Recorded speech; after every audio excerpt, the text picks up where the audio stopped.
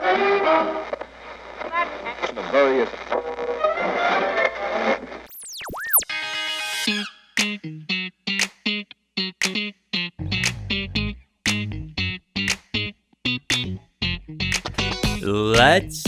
go. It's your host, Nick Perrette, and you're listening to Commercial Roofing Radio. This is the hottest radio station in the roofing world. We are your favorite place to hang out, learn, and shoot the shit. So sit back in your truck's chair, relax, and enjoy the show.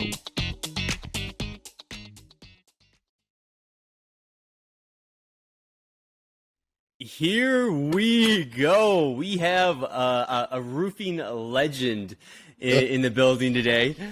We got Dave Sullivan. So Dave Sullivan actually grew up in a small roofing company that was actually originally opened in 1924. That is crazy to think about. That was almost 100 years ago. The plan was to, graduate college and then, have his dad show him the ropes of how to run the roofing company. Unfortunately, his dad did have a heart attack when he graduated from the University of Cal Berkeley, and Dave was kind of thrown into the fire of, taking over the business. At that time, the company had about 10 employees. He was able to scale it all the way up to over 100 employees at the time when they first started in business or when he first took over. They were doing pretty much everything. They were doing residential, commercial, you name it, they were doing it. Dave actually hired a consultant to help him realize where his business was profitable. And he started to focus on those areas. He took the business and started focusing on commercial and then really focusing on the ideal target audience. So he focused on people like property owners who understood, quality, was willing to pay for that. And they also believe in things like maintenance programs. So he was able to create a great business there. He became, one of the premier roofing companies in Northern California. They installed over $150 million of roofing over the years. Now Dave is I guess, living the good life. Seems like he's always doing something, vacations. And in between that, he's doing consulting. He's helping other businesses grow as well from what he learned through his time. And he's also the host of the Roofers Show. He's been going forever, it seems like. He's got to have the most episodes out of anybody. He beat us out. He's got to be at about 260 episodes or something like that. So welcome, my friend. How you doing? I'm doing great. Thanks to see you. Good to see you, Nick. Absolutely, man. It's always a pleasure. So, you seem like a pretty interesting dude, though. So, obviously, everybody knows you for the roofing side of things. But so you're kind of a big traveler, it seems like. You like to do the mountains. You're a skier. What do you like to do outside of the roofing world? Well, that was the one thing that I really wanted to get out of my business when I built this. And, we talk about my father where he would say, hey, when I retire, I'm going to do this traveling, do all these things. And, the way it works is when you're young, you got the time, but you don't have the money. Then you've got the money, but you don't have the time. Then you retire, whatever. You get the time, you get the money, but you don't have the health. And that's what happened to him. And I said, I love to ski. He's been skiing all my life. Love to travel. So I said, well, I'm going to build this business so it doesn't require me to be there all the time. That rake structure of business where all the decisions have to go through you. So I wanted to do it differently and start traveling. And there's always some roofing conference going on around the world, So every year there was one in Germany in a different city. So I'd go over there. And Paris, Italy, it's amazing. So anyway, I was able to tie in a lot of this to business. I've got 3 boys. I was able to bring one of my sons with me when I traveled, and that was awesome. And that's what I wanted to do, was have time to, be there when my 3 kids were growing up. I wanted to be able to, have that free time to do what I wanted. And that requires some real planning, and having that consultant in there, as you say, business coach, we really achieved that. And he kept me on track, and we built that out where it was a pretty successful business. So You were able to create kind of, the lifestyle that you wanted to live while operating the business, while scaling the business, I should say, too, which is even more important to point out. I think a lot of entrepreneurs that kind of create their own prison, if you will, or create their own job, right? They think they're going to have this, great lifestyle, and they almost forget why they're doing it, right? And all of a sudden they're just busy nonstop.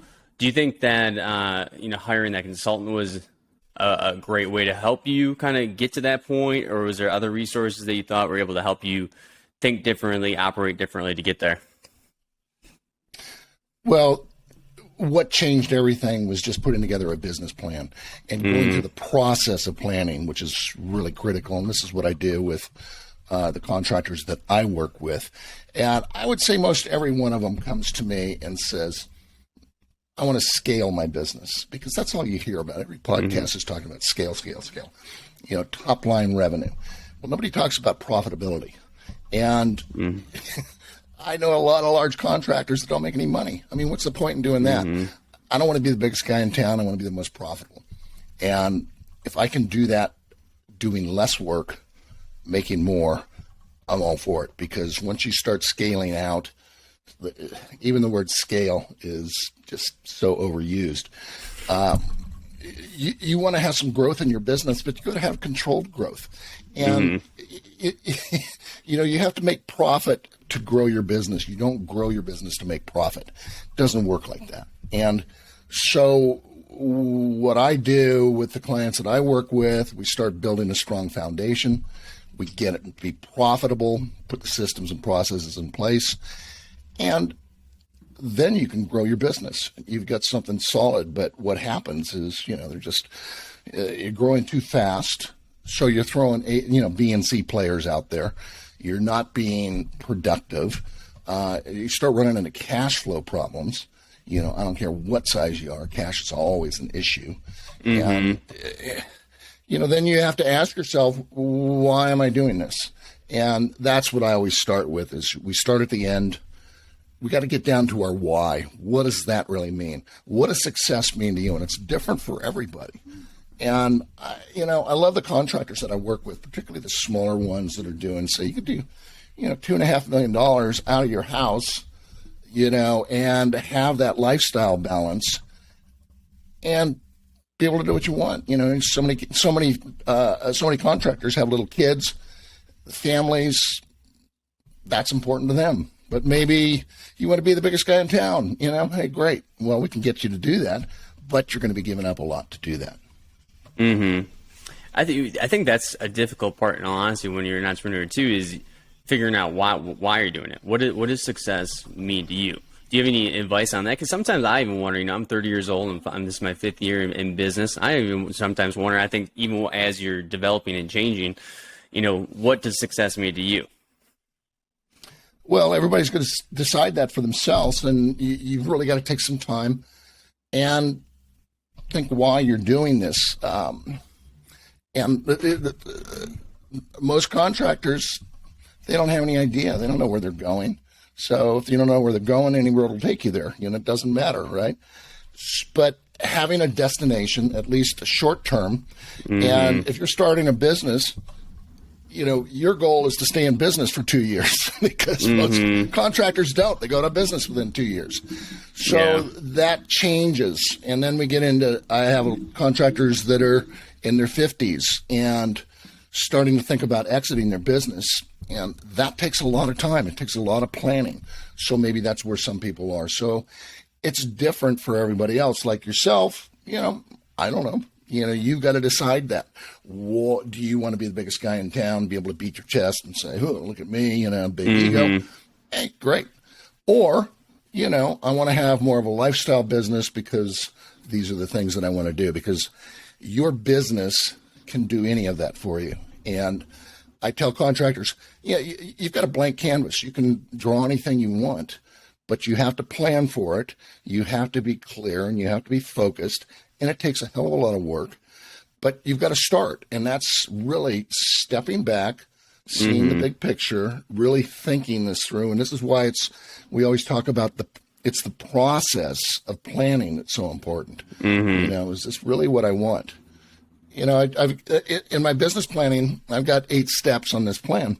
And the last one I call the end. I call the view. And I know a lot of contractors that have gotten to that end.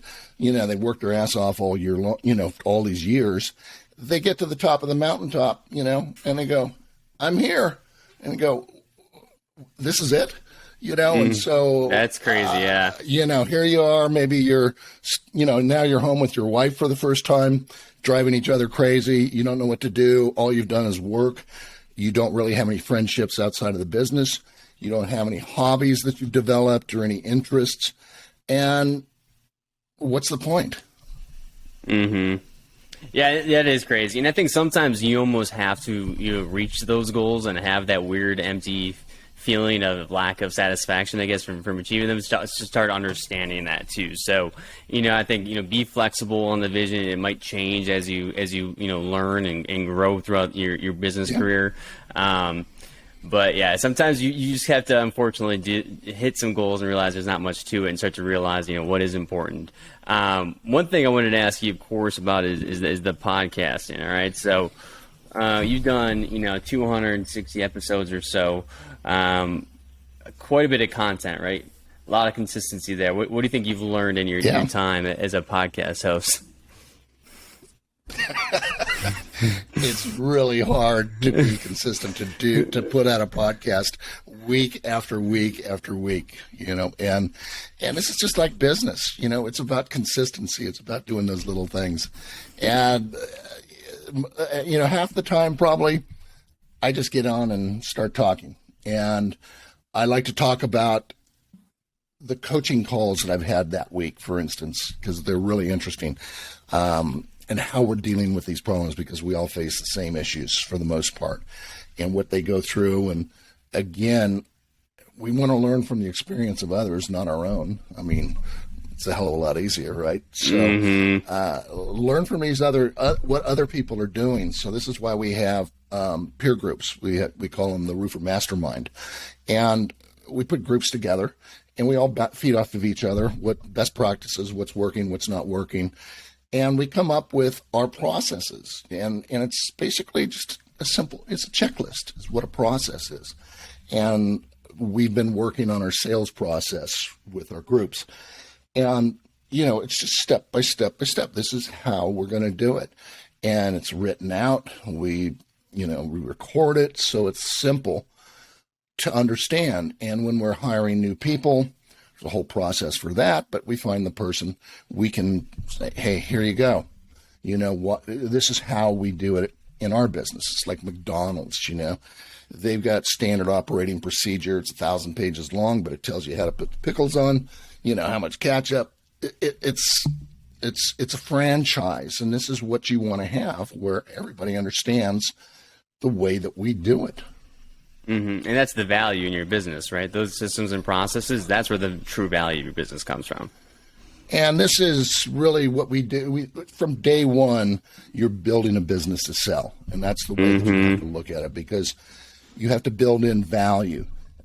Over 90% of contractors get to the end thinking that their business is worth all this money. Well, it's not worth squat without you, because you've never built these processes. You've never built a team of people that run the business without yourself. And this is why it's so important. I focus on this thing every year. I want to see my contractors take a 2-week vacation. Okay, summer vacation. You take 2 weeks off. Well, I could never do that. My business would fall apart. Then you don't have a business. You've got a job. So this is what we focus on. How do you remove yourself? And once you do that, you're building value. And you have to have all of those systems, all those processes in place. And it's like a machine. So what components do you think make an actual sellable business? So is it processes, people? Is there any other components that you think go into what it makes an actual sellable company? Yeah. I mean, it really, one is that you've got to be profitable. Okay. And they're going to want to see clean financials, and preferably 5 years of good finance. What I mean by that is it's organized so people can read it. I mean, it's so many contractors, their financials were never set up correctly. So you're trying to see what's going on. It's difficult to follow. So if you run a profitable, well-run business where an investor can say, I can see what these guys are doing. They've got their act together. They've been profitable. They've been growing. Okay, now there's something that I can buy. They've got great people, so maybe what you've got, and what I think has real value is a maintenance department. Okay, if you can build a solid maintenance department where you've got reoccurring income, you've got, control of your clients, because I've got this great customer list. Well, that customer list is not worth squat when you're gone, because they're just going to go to other people. They're going to leave. Are your employees going to leave when you're gone? And this is why you have to build this so carefully. You've got to have A players. You've got to really have your positions defined, have the right positions, have the right people in those positions, and have good crews that can go out and produce jobs. But if you subcontract all your work and you're just a bidder, what do you got? You got a bunch of old beat up trucks that aren't worth squat. But there's no value that's built in. So you need to build something of value when you're not there. And you look at it, if I'm an investor, what am I buying and how am I going to make a return without me going in there and having to do all this work? If anybody, like basically Dave just said in the beginning, hey, you should be building this thing to sell, right? Some kind of exit strategy is a good idea to have. And now he's saying, hey, these are the components to put together a plan that actually allows you to sell the company. So be thinking about that. Think about those components as you build the company, right? With a goal of hopefully exiting one day. Dave, so I do want to ask you on favorite projects. Do you have any favorite projects that come to mind from your time in this space, in the roofing space? So we're talking about roofing projects? Mm-hmm. Okay. So we were, we talked about, hey, the riches are in the niches, where I really believe in niching down and doing what you do well and do profitably. And I talk about on the podcast when we started off, and you had mentioned it, this family business, we were doing everything, trying to be, jack of all trades, master of none. And we would come off a large commercial job, and then next thing the crew would go on a small, somebody's home, and they just trash the place. They're trying to get production and so forth. It's a different mindset. So we just weren't very good at it. So when my consultant came in, the first thing we do is take a look at these various profit centers or loss centers in a lot of cases. But you've got to break these things out. Let's say we do residential, we do commercial, maybe we do siding. Well, those are three different profit centers, three different divisions. And when you break those out, I usually find that one is contractors are doing too many things, and some of them are not doing well. And I find where dealing with a contractor the other day, he's doing siding. I go, well, how much of your business is in siding? And it's about 10%. Well, how much time do you spend on it? He says, well, about 30% of my time, because we keep screwing it up. We have these problems. I can't get a good sub to do this. So drop it. Focus on what you do well and where you're profitable. And that's what we did. So we cleared out all the BS. And where we found that we were really our niche was in what I call the mid-sized market. And our average job size was, really about $75,000, $80,000. And so we were able to go negotiate re-roofing projects with building owners. And that was what we really specialized in, where we can speak with somebody that appreciates the value. They're investors, so they want long-term work on their buildings. And so we can set up maintenance programs. They're interested in upgrading their roofs. And throughout there's a lot of them around. And we didn't do any new construction. That's a disaster. We didn't do any big box stores, that attract 30 contractors that come in and bang everybody down so nobody makes any money on it. So we found that this was our best market, where we're hitting singles and doubles every day. And, we're not trying to go for the fences with these big projects that we can't make any money on. So what's the point in that? You're taking all this risk.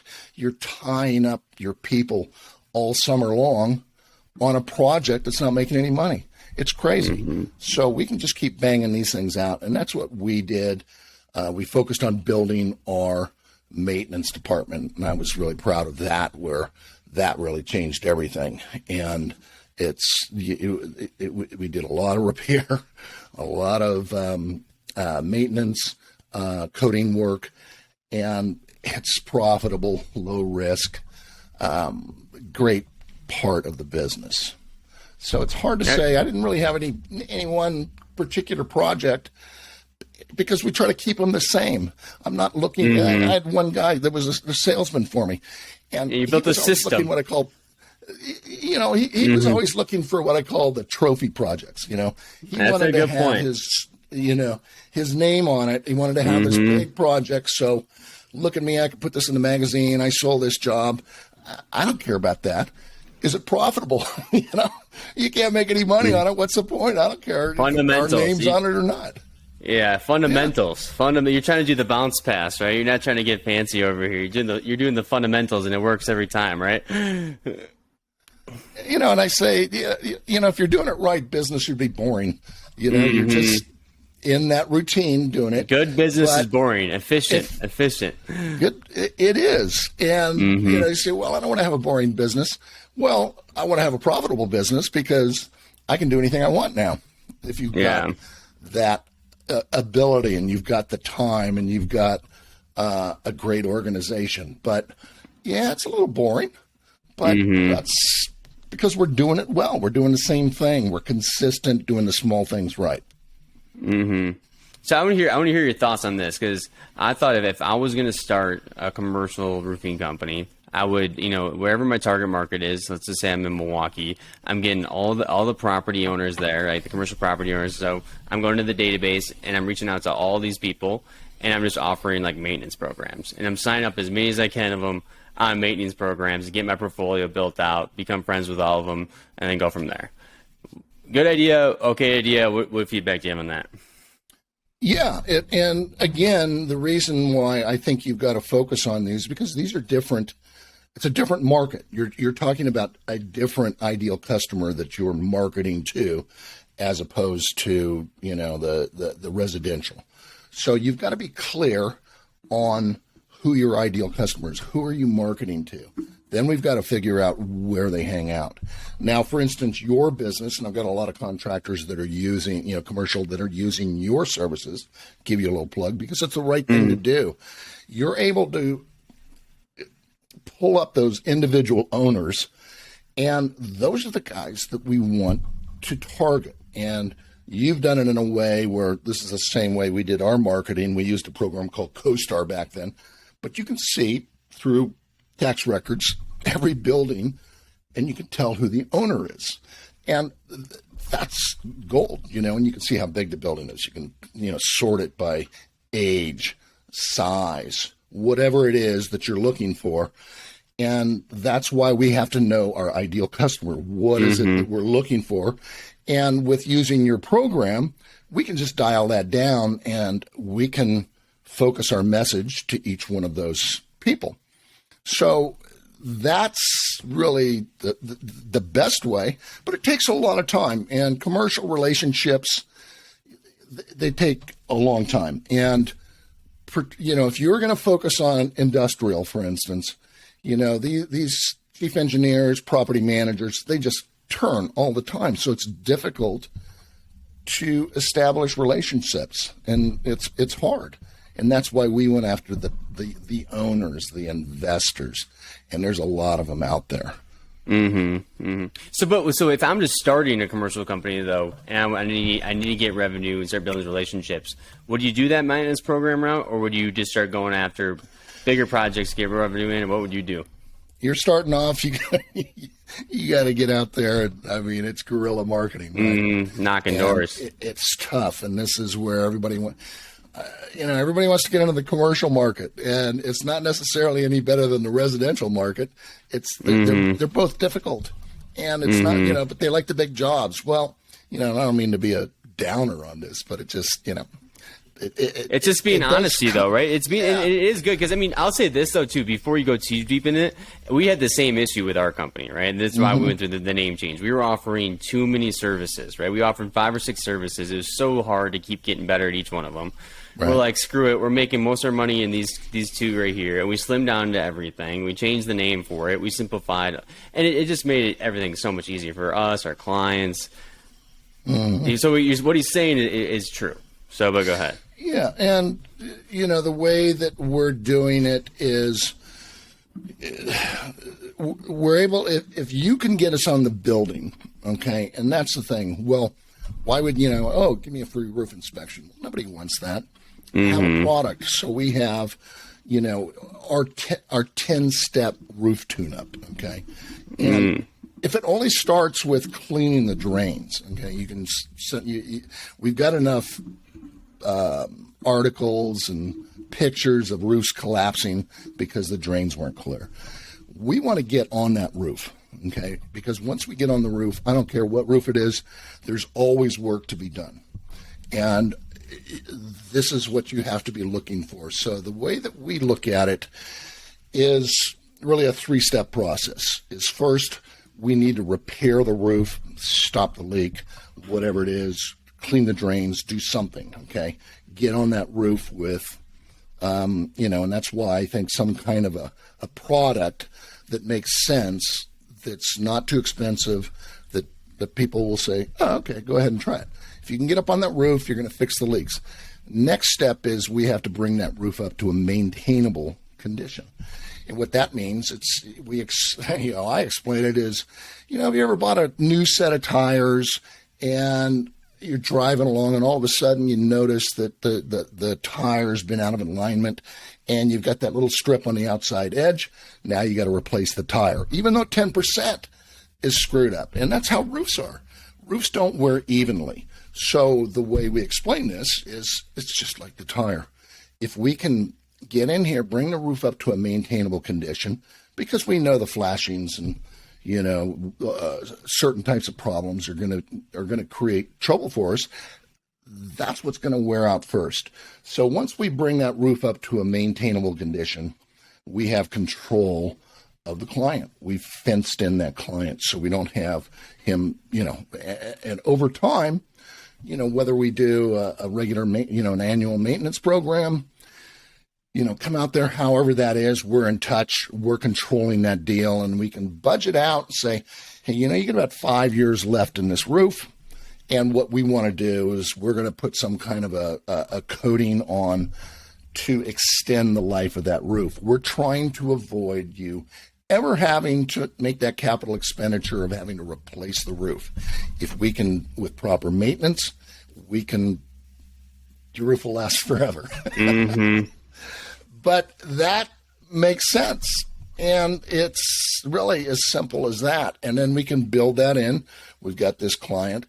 And also, if you're focused on the right clients, we get the right people, they're going to refer you to like-minded property owners. Okay, and these are the guys, the same thing. And we want our customers to say, hey, if you want cheap work, these are not the guys. But if you want to have problems solved, somebody that's going to be there, take care of business, call these guys, okay? And if you're working with cheap people, they hang out with cheap people, okay? They're going to send you to cheap, slumlords or whatever. And, you've got to think these things through. And that's how you build a business. And that's how I recommend, our clients do it, is having that process, explaining that to your customer, because they don't understand any of this. They don't know what's going on. Hey, my roof's not leaking. It's fine. But we have to educate our prospects, our customers. We do that through the website. We do that by getting out there, telling our story, showing that we're an expert in the field and we know what we're doing, and we're out there. We're everywhere. We're creating content. That's why I do the podcast. It's just get out there. Okay, so you slim down your services. You slim down not only your services, but now who you offer those services to, right? That sounds great now that you're profitable, you're able to scale the company. But were there some growing pains in that where you started giving up, certain revenue, certain jobs, you're missing out on money? Was there any pain points there? Because I'm sure that's what most people are worried about when we're talking about slimming down the services. Well, we're in the roofing business, so it's painful, man. I'm telling you, running a business is painful. It's difficult. I don't care, how big you are, who says what, all these guys that say, hey, this is how you get a well-oiled machine and so forth. It's really hard. It takes a lot of work. So, the Italian in me is coming out, even though I'm Irish. I don't know. Oh, God. Hey, give me the question again here. I'm going to be honest, man. You threw me off my game too. To be honest with you, transition. So slimming down the services, right? So now you're giving up revenue, you're passing up job opportunities, right? So, what do you think about that? Yeah, that's a problem. Is when we were doing about 50% of our business was in residential. We couldn't get out of it overnight. But we did phase it out over time and just stopped. We were very, very careful on pre-qualifying those residential jobs that we would look at, and just basically phased them out. And this is why the pre-qualification phase is so important, where you're not going out and trying to be everything to everybody. You're not looking at anything, because you're just wasting your time. Spend your time with buyers, people that can afford your services, people that are interested in buying value. But I see so many contractors that I'm so busy. Like, that's a badge of honor. No, it's because you're screwed up, and you're spending time on things that you should not be, and focus your efforts on buyers. And so we would go through this and we would plan out, we'd have a strategy based on, and we were a slow growth company, a lot of guys, hey, grow or die. I don't know. How about improve our profit instead? That's how and that's really what we focused on. And it was relatively slow growth, but I didn't want to have a large company, because, the fewer people that I can have, the better. Every time you hire a new person, there's just one more variable in the mix, and you got another truck going down the highway, that can, and I'm looking for risk aversion. Okay. So we had slow growth. We worked on profitability. We did what we could handle, and we had a big jump one year, and this was a big jump. What I mean is 20%, 25% growth. And we didn't make as money as we did the year before. I'm going, what the hell is this about, right? I'm doing more work, but I'm making less money. And I see this a lot, where the idea is to work less, make more money, not work more, make less money. Yeah. So we actually scaled back and said, hey, we got to get back into control where our comfort zone is. And a lot of people would disagree with that philosophy, but that's great. But this is what success meant to me, and that's how I wanted to run my business, and I did. But it's not for everybody. It's not a universal strategy. So I mean, I was going to ask you too, and I think you might have already kind of answered the question was, how did you get to the point? Well, you grew this business, but you were also able to take so much time for vacation. It was just pretty much just simplifying the business. It seems like building out the processes, simplifying the business, and you were able to kind of get to that point where you're kind of living that lifestyle that you wanted. Well, I did that by also creating a culture in the business that people understood that this was my goal. The idea is that I hired the best people. I trained them. I held them accountable. We retained them. And then I get the hell out of the way and let them do their job. And that was the idea. And you could say, well, this guy's out screwing around all the time. He's never here, doesn't care about the business. No, because we were up front. We talked about that. This is what business planning is all about. This is what I want to do, okay? And this is my plan. Now, the question is, they would say, well, what's in it for me? Well, you've got to have something, and you've got to consider that. That's the whole deal, and you've got to understand that. Why would they want to do this, and what's in it for them? They have to see the benefit of them having the responsibility, being able to make those decisions, having a career path that they can follow. And this is what's so important about bringing on good people and keeping them, because particularly now, people want to see, I want to see this to be a career. I'm not just looking at here to summer job type of thing. And you need to show them how they fit in to this business, what a good job looks like, and we're going to hold you accountable, and we're going to have these, whatever it is, whether it's through regular reviews. We did a lot of, running our business by the numbers, and I could see, whether it's sitting there on the beach, frankly, I called them my Maui reports, I can see what's going on in the business through having our KPIs, the reports that I needed to see. I knew, where the deals were, who was selling what.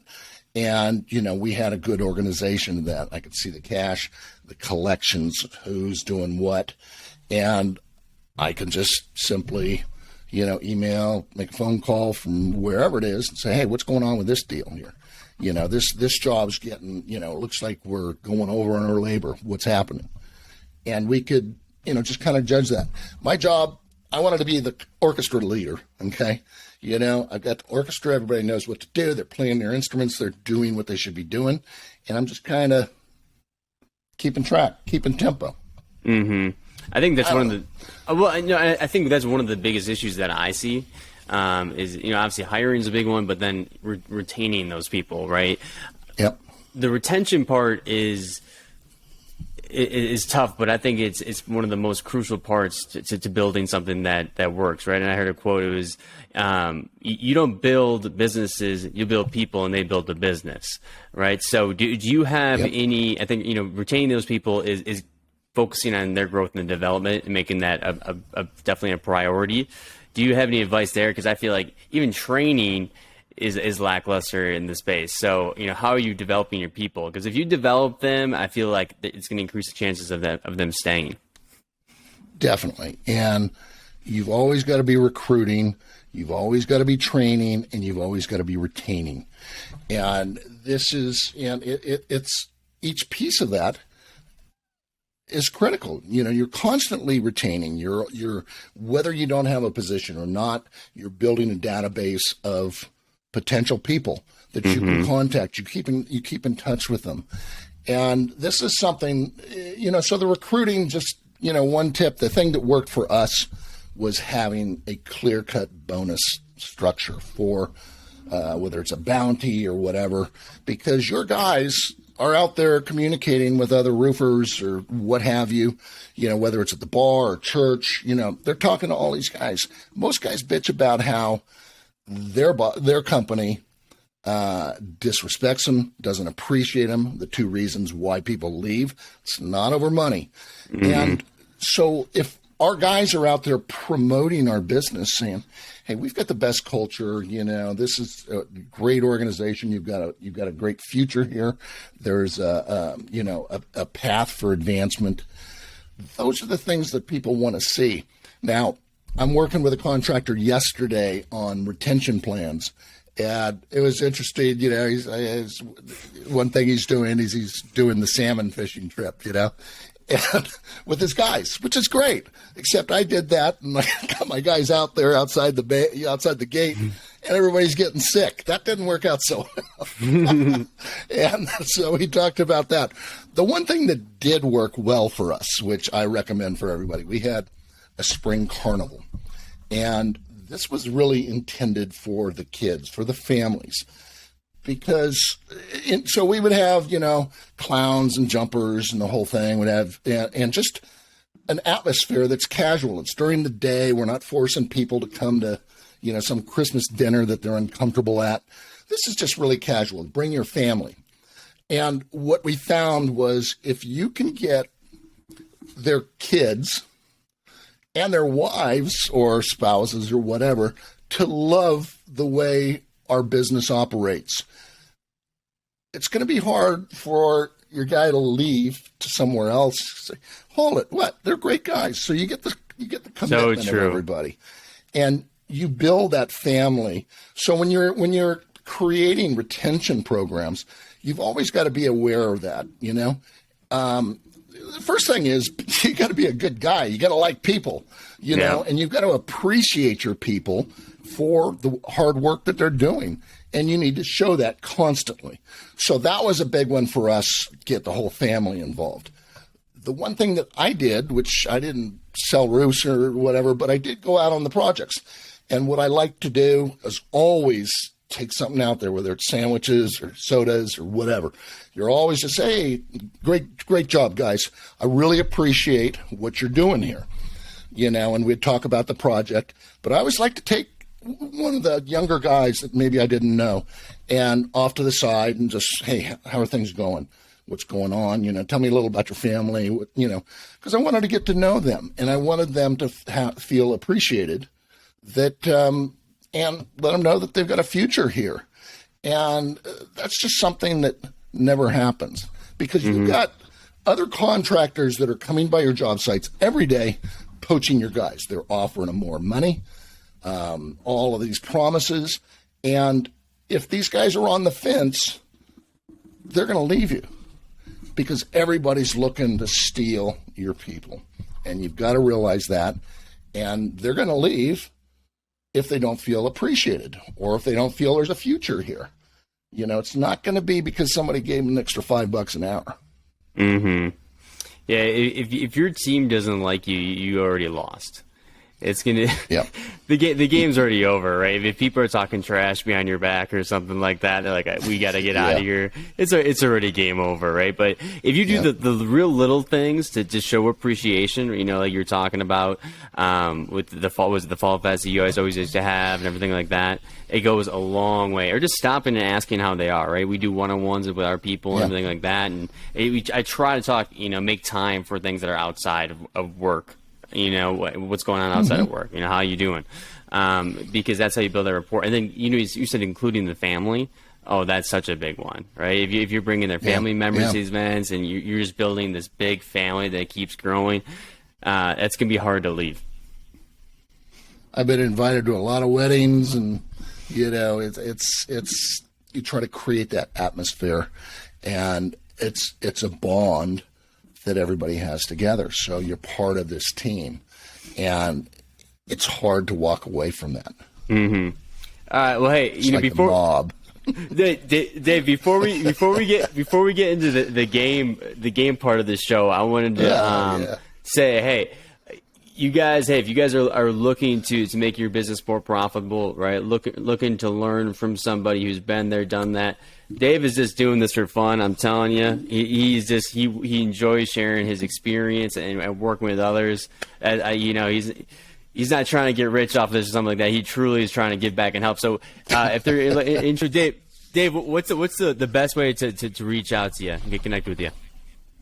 The best way is to check out my podcast, and that's the Roofer Show. The Roofer Show podcast comes out every Friday with a new show, and you can go to my website at theroofershow.com. And I've got a download on that. I think we talked about it. Check that out. You can download it for free. It's a template, simple, easy, get you started in the process of planning, set up a little business plan, and only take you a couple hours. but get you started on that. So check out the podcast, download the plan, and then get in touch with me. Go to my contact page, big blue button, click it, take you to my calendar. We'll set up a time to have a quick call. I'd love to hear about your business. No obligation, and probably give you a few tips on what can help you. If it's a good fit, awesome. Tell you about the coaching programs. Otherwise, you can reach me by text. I'd love to hear from you. Just any questions you've got. That's at 510-612-1450. Text me. I'll get right back to you. And that's the best way to get in touch with me. All right, awesome. Make sure you guys are reaching out to Dave, checking out his show, The Roofer Show, much better than what we got over here. All right, so go tune over there. He's a great guy, great content.